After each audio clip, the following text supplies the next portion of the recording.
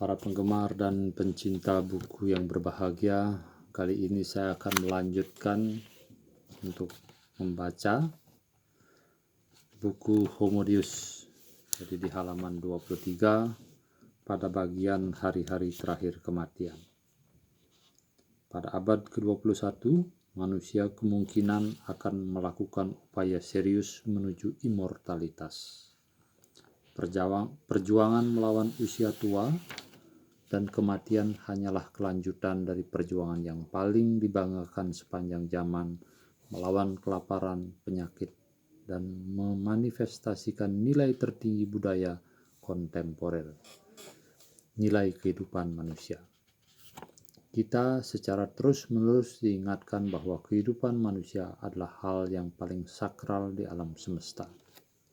Setiap orang mengatakan ini, para guru di sekolah, para politisi di parlemen, para pengacara di pengadilan, dan para aktor di panggung-panggung teater.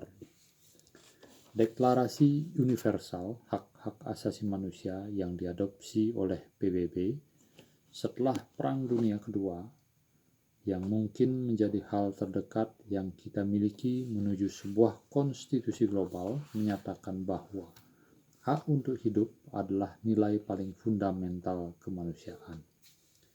Karena kematian jelas melanggar hak ini, maka kematian adalah kejahatan melawan kemanusiaan.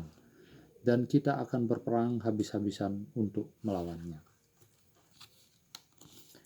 Sepanjang sejarah, agama-agama dan ideologi-ideologi tidak secara tegas menguduskan kehidupan itu sendiri. Mereka selalu menyakralkan sesuatu di atas atau di luar eksistensi duniawi, dan karenanya cukup toleran kepada kematian. Malah, sebagian dari mereka mengagungkan malaikat maut, karena Kristen, Islam, dan Hindu menegaskan bahwa makna eksistensi kita bergantung pada nasib kita di akhirat. Mereka memandang kematian adalah bagian vital dan positif dari dunia. Manusia mati karena Tuhan menetapkannya, dan waktu kematian mereka adalah pengalaman metafisik sakral yang syarat makna. Ketika seorang manusia mendekati embusan nafas terakhirnya, itulah saat untuk memanggil pendeta, rabi, atau dukun untuk menitahkan keseimbangan kehidupan dan memegang teguh peran sejati seorang di alam semesta. Coba bayangkan saja Kristen, Islam, dan atau Hindu dalam sebuah dunia tanpa kematian, yang juga berarti sebuah dunia tanpa surga, neraka, atau reinkarnasi. Sains modern dan kultur modern memiliki pandangan yang sama sekali berbeda tentang kehidupan dan kematian. Mereka tidak menganggap kematian sebagai sebuah misteri metafisik, dan sudah pasti mereka tidak memandang kematian sebagai sumber makna kehidupan. Bagi orang-orang modern, kematian adalah sebuah masalah teknis yang bisa dan seharusnya kita pecahkan. Bagaimana sejatinya manusia mati? Tanda tanya. Kisah-kisah peri abad pertengahan menggambarkan kematian sebagai sosok berjubah hitam, bertudung, tangannya menggenggam cemeti besar. Seorang manusia menjalani kehidupannya takut dengan hal ini itu, berlari ke sana kemari, ketika tiba-tiba malaikat maut muncul di hadapannya, menepuk pundak dengan jari kurusnya dan berkata, "Ayo." Dan orang itu merajuk, "Jangan, tolong, tunggu setahun lagi, sebulan, sehari." Namun sosok bertudung itu mendesis, "Tidak, kau harus ikut sekarang." Dan begitulah kita mati. Tetapi dalam realitas manusia tidak mati karena sosok jubah hitam bertudung menepuk pundaknya, karena Tuhan menetapkannya, atau karena moralitas adalah bagian esensial dari rencana kosmis. Manusia selalu mati karena suatu kesalahan teknis. Jantung berhenti memompa darah, arteri utama tersumbat oleh timbunan lemak, sel-sel kanker menyebar di hati, kuman berbiak di paru-paru, Lalu, apa yang menjadi penyebab dari semua masalah teknis itu? Tanda tanya. Masalah-masalah teknis lainnya, jantung berhenti memompa darah karena tidak cukup oksigen yang mencapai otot jantung. Sel kanker menyebar karena mutasi genetik tiba-tiba menulis ulang instruksi mereka. Kuman menghuni paru-paru karena seseorang bersin di kereta api bawah tanah. Tidak ada yang metafisik dalam hal ini. Semuanya adalah masalah teknis. Dan setiap masalah teknis memiliki solusi teknis. Ada sebuah gambar di sini. Di bawah gambar ada penjelasan kematian digambarkan sebagai Grim Reaper dalam seni abad pertengahan.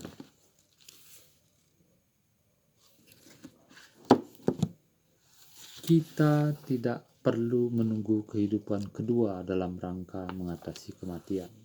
Sekumpulan manusia nyentrik di lab bisa melakukannya. Jika secara tradisional kematian menjadi keahlian para pendeta dan teolog, kini para insinyur mengambil alihnya. Kita bisa membunuh sel-sel kanker dengan kemoterapi atau robot nano. Kita bisa menumpas kuman dalam paru-paru dengan antibiotik. Jika jantung berhenti memompa, kita bisa menghidupkannya kembali dengan obat dan kejut listrik. Dan jika kita tidak berhasil, kita bisa mencangkokkan jantung baru. Benar, saat ini kita belum punya solusi-solusi atas semua masalah teknis. Namun inilah alasan persisnya kita menginvestasikan banyak waktu dan uang dalam meneliti kanker, kuman, genetika, dan teknologi nano. Bahkan orang-orang biasa yang tidak terlibat dalam riset saintifik sudah terbiasa berpikir tentang kematian sebagai masalah teknis. Ketika seorang perempuan datang ke dokter dan bertanya, "Dokter, apa yang terjadi pada saya?"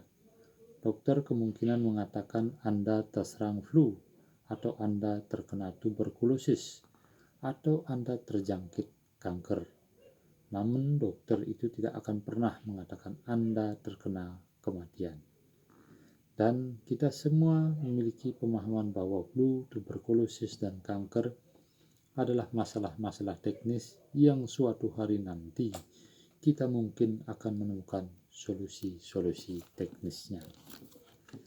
Sekalipun orang mati dalam badai, kecelakaan mobil, atau perang, kita cenderung memandangnya sebagai kegagalan teknis yang bisa dan seharusnya dicegah. Kalau saja pemerintah menjalankan kebijakan yang lebih baik, seandainya pemerintah kota melakukan tugasnya dengan benar, dan seandainya panglima militer mengambil keputusan yang lebih bijaksana, kematian seharusnya bisa dihindarkan. Kematian sudah menjadi dan hampir otomatis alasan gugatan hukum dan investigasi. Mengapa mereka sampai mati? Tanda tanya. Seorang di suatu tempat pasti membuat kekacauan. Mayoritas ilmuwan, dokter, dan sarjana masih menjaga jarak dari impian akan immortalitas yang belakangan marak. Mereka mengklaim hanya berusaha mengatasi masalah teknis tertentu yang ini atau yang itu. Namun karena usia tua dan kematian bukanlah akibat dari apa-apa selain masalah teknis tertentu, tidak bisa ditentukan dokter dan ilmuwan mana yang akan berhenti dan mendeklarasikan. Sejauh ini dan tidak ada jalan lain, kita telah mengatasi tuberkulosis dan kanker. Tetapi kita tidak akan mampu mengangkat jari untuk memerangi Alzheimer. Orang-orang bisa terus sekarat karena itu. Deklarasi Universal Hak-Hak Asasi Manusia tidak menyatakan bahwa manusia punya hak untuk hidup sampai usia 90 tahun. Deklarasi itu menyatakan bahwa setiap manusia punya hak untuk hidup. Titik. Hak itu sama sekali tidak dibatasi oleh tenggang kedaluarsa. Alinea berikutnya. Karena itu, minoritas ilmuwan dan pemikir yang terus bertambah jumlahnya berbicara lebih terbuka dewasa ini. dan menyatakan bahwa misi andalan sains modern adalah mengalahkan kematian dan memberi manusia usia muda abadi. Contoh yang paling terkemuka adalah para gerontolog Aubrey de Grey dan ilmuwan serbabisa Ray Kurzweil, peraih US National Medal of Technology and Innovation tahun 1999. Pada 2012, Kurzweil ditunjuk menjadi direktur rekayasa di Google, dan tahun berikutnya Google meluncurkan anak perusahaan yang diberi nama Calico dengan misi mengatasi kematian. Saya sempat mencari-cari ini Calico. Ini California Life Company. Pada 2009, Google menetapkan pemercayaan sejenis immortalitas lainnya, Bill Maris, untuk memimpin perusahaan pengelola investasi Google Venture. Dalam sebuah wawancara pada Januari 2015, Maris mengatakan, "Jika Anda tanya saya hari ini apakah mungkin hidup sampai 500 tahun, jawabnya adalah ya." Maris menopang kata-kata beraninya dengan banyak uang tunai. Google Venture menginvestasikan 34% dari portofolionya yang bernilai $2 miliar pada sejumlah startup yang menekuni sains kehidupan, termasuk beberapa proyek ambisius pemanjangan usia. Dengan menggunakan sebuah analog sepak bola Amerika, Maris menjelaskan bahwa dalam perang melawan kematian, kami tidak berusaha memenangi beberapa meter. Kami berusaha memerangi pertandingan. Mengapa? Tanda tanya. Karena Maris lebih baik hidup daripada mati. Saya ulangi di sini. Kata Maris, lebih baik hidup daripada mati. Impian-impian semacam itu juga dianut oleh beberapa pesohor Silicon Valley lainnya. Salah satu pendiri PayPal, Peter Thiel, belum lama ini mengakui bahwa dia ingin hidup selamanya.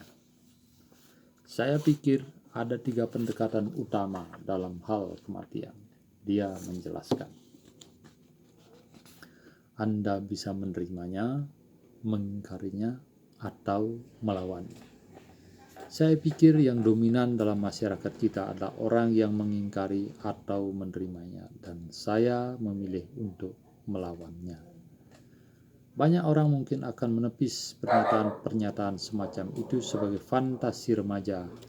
Namun, Thiel adalah orang yang serius. Dia salah satu dari wirausahawan paling sukses dan paling berpengaruh di Silicon Valley dengan harta pribadi sekitar 2,2 miliar US. Petunjuknya jelas, kesetaraan hilang, immortalitas datang mengganti. Alinea selanjutnya, kita di halaman 28 ini. Perkembangan berbahaya dari bidang-bidang seperti rekayasa genetik, pengobatan regeneratif, dan teknologi nano memperkuat risalah yang jauh lebih optimis lagi. Sebagian ahli percaya bahwa manusia akan mengatasi kematian pada tahun 2200, yang lain mengatakan 2100. Kurzweil dan de Grey bahkan lebih optimis. Mereka mengemukakan bahwa dengan memiliki badan yang sehat dan rekening yang sehat di bank, pada tahun 2050 akan menghasilkan pencapaian serius dalam immortalitas dengan menyiasati kematian 1 dekade dalam 1 waktu. Menurut Kurzweil dan de Grey, setiap 10 tahun atau lebih kita akan menuju klinik dan menerima perawatan perombakan yang tidak hanya mengobati penyakit, tetapi juga meregenerasi lembaran sel dan memperbaiki tangan, mata, serta otak. Sebelum tiba masa perawatan berikutnya, para dokter sudah menemukan bertumpuk-tumpuk obat baru, kemajuan, dan gawai. Jika Kurzweil dan de Grey memang benar, mungkin sudah ada sosok-sosok immortal yang sedang berjalan di dekat Anda di jalan-jalan, paling tidak jika Anda kebetulan berjalan di Wall Street atau Fifth Avenue. Yang benar adalah mereka tetap mortal, tidak immortal. Tak seperti Tuhan, manusia super pada masa depan tetap masih bisa mati dalam perang atau kecelakaan, dan tidak ada yang bisa membawa mereka kembali dari alam kuburan. Meskipun demikian, tak seperti mortal kita, kehidupan mereka tidak mengenal masa kedaluarsa. Jadi, sepanjang tidak ada bom yang menghancurkan mereka menjadi berkeping-keping, atau tidak ada truk menerjang, mereka masih terus hidup tanpa batas waktu. Mungkin itu yang akan membuat mereka menjadi orang paling cemas dalam sejarah. Kita sebagai mortal setiap hari mengambil kesempatan dengan hidup, karena kita tahu kehidupan akan berakhir kapan saja.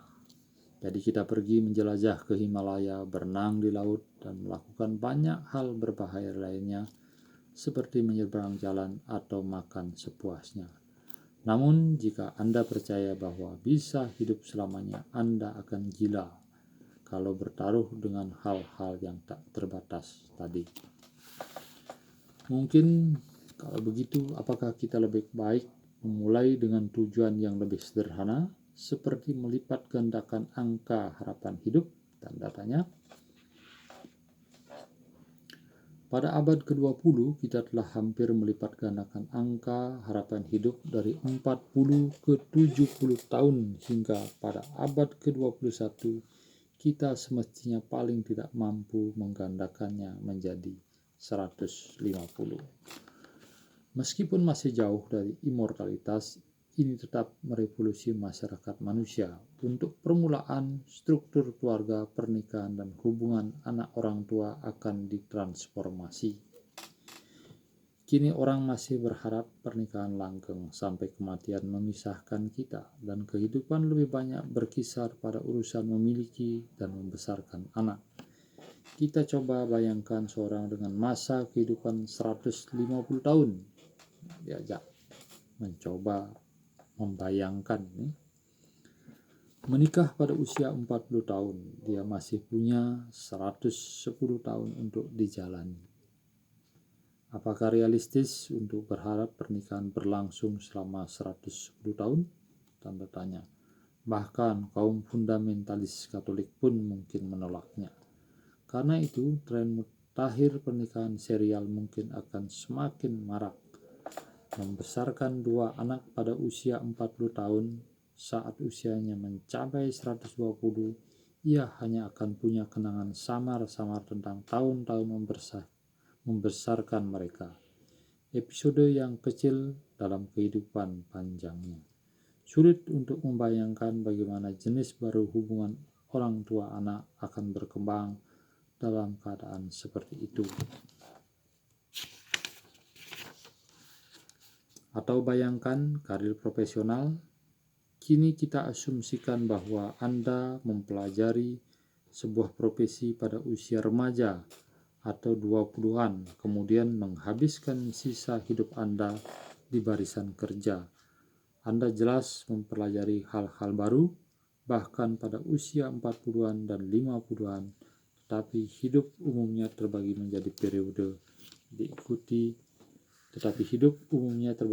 periode belajar, diikuti periode kerja. Kalau Anda hidup terus sampai 150 tahun, itu tak akan bisa berlaku, terutama dalam sebuah dunia yang terus-menerus diguncang teknologi-teknologi baru. Orang-orang akan punya karir yang lebih panjang dan harusnya menemukan diri lagi, bahkan pada usia 90 tahun. Pada saat yang sama, orang tidak akan pensiun pada usia 65 tahun dan tidak akan memberi jalan bagi generasi baru dengan ide-ide seperti aspirasi barunya. Ingat kata-kata masyhur fisikawan Max Planck bahwa sains mendahului sebuah pemakaman dalam satu waktu. Maksudnya, hanya ketika satu generasi berlalu, teori-teori baru punya kesempatan untuk membersihkan teori lama. Ini tidak hanya berlaku pada sains, pikirkan sesaat tentang tempat kerja Anda. Tidak peduli Anda seorang cendekiawan, wartawan, juru masak, atau pemain sepak bola. Bagaimana Anda merasa jika bos Anda berusia 120 tahun dan ide-idenya dibentuk ketika Victoria masih menjadi ratu, dan dia tampaknya akan tetap menjadi bos Anda selama beberapa dekade lagi? Tanda tanya. Dalam dunia politik, akibatnya bahkan bisa lebih parah. Apakah Anda mau Putin tetap berkuasa 90 tahun lagi? Kalau dipikir-pikir lagi, jika orang hidup sampai 150 tahun, maka pada tahun 2016 Stalin masih menguasai Moskow, menguat pada usia 138 tahun. Ketua Mao akan masih berusia tengah baya 123 tahun, dan Putri Elizabeth akan duduk anteng menanti saat untuk mewarisi tahta dari George ke-6 yang berusia 121 tahun. Putranya Charles tidak akan mendapat giliran sampai tahun 2076. Kembali ke alam kenyataan, masih ingat jauh dari pasti apakah risalah Kurzweil dan de Grey akan terwujud pada 2050 atau 2100. Pandangan saya sendiri adalah bahwa harapan-harapan untuk manusia muda abadi pada abad ke-21 adalah prematur. Dan siapapun yang mempercayainya terlalu serius akan sangat kecewa. Memang tidak mudah untuk hidup dengan mengetahui bahwa Anda akan mati, tetapi bahkan lebih sulit lagi untuk percaya pada immortalitas dan kemudian terbukti salah. Meskipun rata-rata harapan hidup sudah berlipat ganda pada 100 tahun terakhir, tak ada alasan untuk meramalkan dan menyimpulkan bahwa kita bisa menggandakannya untuk sampai 150 tahun pada abad mendatang. Pada 1900, angka harapan hidup tidak lebih tinggi dari 40 tahun karena banyak orang mati muda akibat gizi buruk, penyakit menular, dan kekerasan. Namun mereka yang selamat dari kelaparan wabah perang pun bisa hidup sampai 70 dan 80 tahun, yang merupakan rentang hidup alamiah Homo sapiens. Bertentangan dengan pandangan umum, orang-orang berusia 70 tahun tidaklah dipandang sebagai keganjilan yang jarang pada abad-abad sebelumnya. Galileo Galilei meninggal pada usia 77 tahun, Isaac Newton pada usia 80 tahun, dan Michelangelo hidup sampai usia 88 tahun, tanpa bantuan antibiotik, vaksinasi, transplantasi organ, bahkan simpanse di hutan belantara kadang-kadang bisa hidup sampai usia 60 tahun. Hal yang sesungguhnya terjadi, sejauh ini kedokteran modern belum memperpanjang rentang kehidupan alamiah setahun pun. Prestasi besarnya adalah menyelamatkan kita dari kematian prematur dan memungkinkan kita menikmati rentang penuh tahun-tahun usia kita. Sekalipun jika kita dapat mengatasi kanker, diabetes, dan pembunuh besar lainnya, itu hanya berarti bahwa hampir setiap orang akan bisa hidup 90 tahun, tetapi tidak akan cukup untuk mencapai 150, apalagi 500 tahun. Untuk itu, kedokteran akan perlu merancang ulang sebagian besar struktur dan proses fundamental tubuh manusia, dan menemukan cara meregenerasi organ-organ dan daging sama sekali tidak jelas bahwa kita akan dapat melakukannya pada tahun 2100. Tetapi bagaimanapun setiap usaha yang gagal untuk mengatasi kematian akan membawa selangkah lebih dekat pada target, dan itu akan mengilhami harapan-harapan yang lebih besar serta mendorong orang untuk melakukan upaya yang lebih besar lagi. Meskipun Calico milik Google mungkin tidak akan mengatasi kematian tepat waktu untuk membuat pendiri Google, Sergey Brin dan Larry Page, menjadi immortal, upaya itu sangat mungkin dapat menghasilkan penemuan-penemuan signifikan di bidang biologi sel, kedokteran genetika, dan kesehatan manusia. Karena itu, generasi berikutnya, orang-orang Google bisa memulai serangan mereka pada kematian dari posisi-posisi yang lebih baik. Para ilmuwan yang meneriakkan immortalitas seperti anak lelaki yang berteriak, "Ada serigala." Cepat atau lambat serigala akan benar-benar datang. Karena itu, sekalipun jika kita tidak mencapai immortalitas pada masa kita, perang melawan kematian tampaknya masih akan menjadi proyek-proyek ambisius pada abad mendatang. Ketika Anda memperhitungkan keyakinan kita akan kesakralan hidup manusia, maka tambahkan dinamika kemampuan saintifik dan tempatkan di puncaknya kebutuhan ekonomi kapitalis. Perang tak kenal lelah melawan kematian tampaknya memang tak terhindarkan. Komitmen ideologis kita pada kehidupan manusia tidak akan pernah membuat kita begitu saja menerima kematian manusia.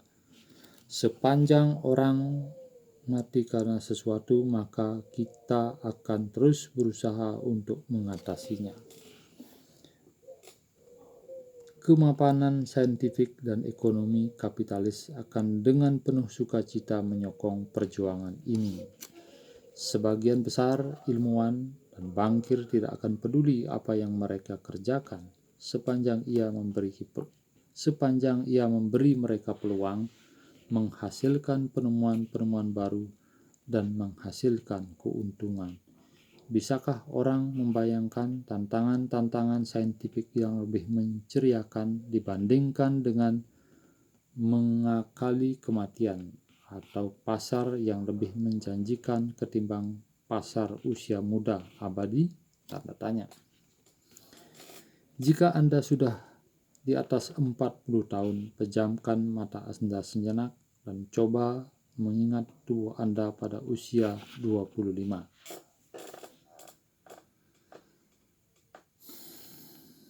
Bukan hanya tampilannya, melainkan juga rasanya. Jika Anda bisa mendapatkan tubuh itu lagi, berapa banyak Anda bersedia membayar? Tanda tanya. Tak diragukan lagi, sebagian orang akan dengan bahagia menepis peluang itu, tetapi sebagian pelanggan akan membayar berapapun untuk mendapatkannya, sehingga menciptakan peluang pasar yang nyaris tak terbatas. Jika semua itu tak cukup, katakan pada kematian yang sudah tertanam pada sebagian besar manusia akan memberi perang melawan kematian momentum yang sangat menarik. Sepanjang orang berasumsi bahwa kematian tak terelakkan, mereka melatih diri dari usia dini dan menekankan hasrat hidup selamanya, atau memanfaatkannya untuk tujuan-tujuan substitusi, pengganti dari kehidupan abadi. Orang ingin hidup selamanya, sehingga mereka mengarang simfoni immortalitas. Mereka memburu kejayaan abadi dalam perang, atau bahkan mengorbankan kehidupan agar ruh mereka menikmati kebahagiaan abadi di surga. Bagian besar dari kreativitas artistik, komitmen politika, dan kesalehan religius kita digerakkan oleh ketakutan pada kematian. Woody Allen yang meraih karir cemerlang dari ketakutan pada kematian pernah ditanya apakah dia berharap hidup selamanya di layar perak. Allen menjawab bahwa saya lebih baik hidup di apartemen saya. Dia melanjutkan bahwa saya tidak ingin mencapai immortalitas melalui karya saya. Saya ingin mencapainya dengan tidak mati. Kejayaan abadi, upacara-upacara peringatan kebangsaan, dan impian-impian surga adalah substitusi paling buruk untuk apa yang diinginkan oleh manusia seperti Allen tidak mati. Begitu orang berpikir dengan atau tanpa alasan yang bagus bahwa mereka punya kesempatan serius untuk mengelak dari kematian, hasrat untuk hidup pasti akan menolak untuk menghela kereta reot seni, ideologi, dan agama, dan akan melesat maju seperti salju longsor. Ini alinea terakhir di halaman 33. Jika Anda berpikir bahwa kaum fanatik keagamaan dengan mata menyala dan janggut menjuntai tak punya perasaan, tunggu sebentar dan lihat apa yang bakal dilakukan oleh para dedengkot retail dan binatang-binatang Hollywood yang sudah menua. Saya ulang bacanya ini. Lihat apa yang bakal dilakukan oleh para dedengkot retail dan bintang-bintang Hollywood yang sudah menua ketika mereka berpikir bahwa ramuan keabadian hidup sudah terjangkau. Jika dan ketika sains mencapai kemajuan signifikan dalam perang melawan kematian, pertempuran realnya akan beralih dari laboratorium ke parlemen, gedung-gedung pengadilan, dan jalan-jalan. Begitu upaya-upaya sains meraih mahkota sukses, hal itu akan memicu konflik-konflik sengit. Semua perang dan konflik dalam sejarah ternyata menjadi pendahuluan Semua perang dan konflik dalam sejarah ternyata menjadi pendahuluan mentahan bagi pergulatan real di depan kita, pergulatan untuk keabadian usia muda. Jadi sampai di sini dulu. Saya akan akhiri di halaman 33 dan akan lanjut tetap di bagian halaman 33, tetapi pada lanjutan hak untuk berbahagia.